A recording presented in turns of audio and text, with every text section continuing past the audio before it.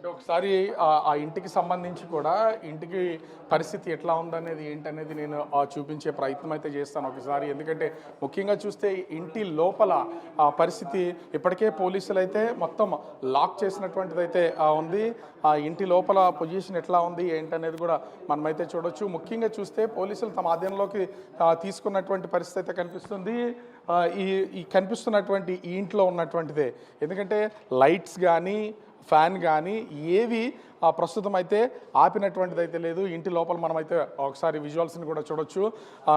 ఎందుకంటే భయానికి గురైనటువంటి వ్యక్తి ఇంటి తలుపులు కూడా వేయకుండా మొత్తం గేటుకి సంబంధించినటువంటి వాటి మాత్రమే అతను ఆ తాళం అంటే పోలీసులు తాళం వేసినటువంటి పరిస్థితి కనిపిస్తుంది. లోపల ఉన్నటువంటి ఫ్రిడ్జ్లోనే మనం ఒకసారి ఫ్రిడ్జ్ని కనుక గమనిస్తే ఆ ఫ్రిడ్జ్లోనే శరీరానికి అంటే మౌనికకు సంబంధించినటువంటి శరీర భాగాలన్నింటినీ కూడా ఆ ఫ్రిడ్జ్లోనే అతను ఆ డీ ఫ్రిడ్జ్లో కొన్ని శరీర భాగాల్ని, అదేవిధంగా ఒక గోని సంచిలో కొన్ని శరీర భాగాల్ని పక్కన పెట్టినటువంటి పరిస్థితి అయితే కనిపిస్తుంది.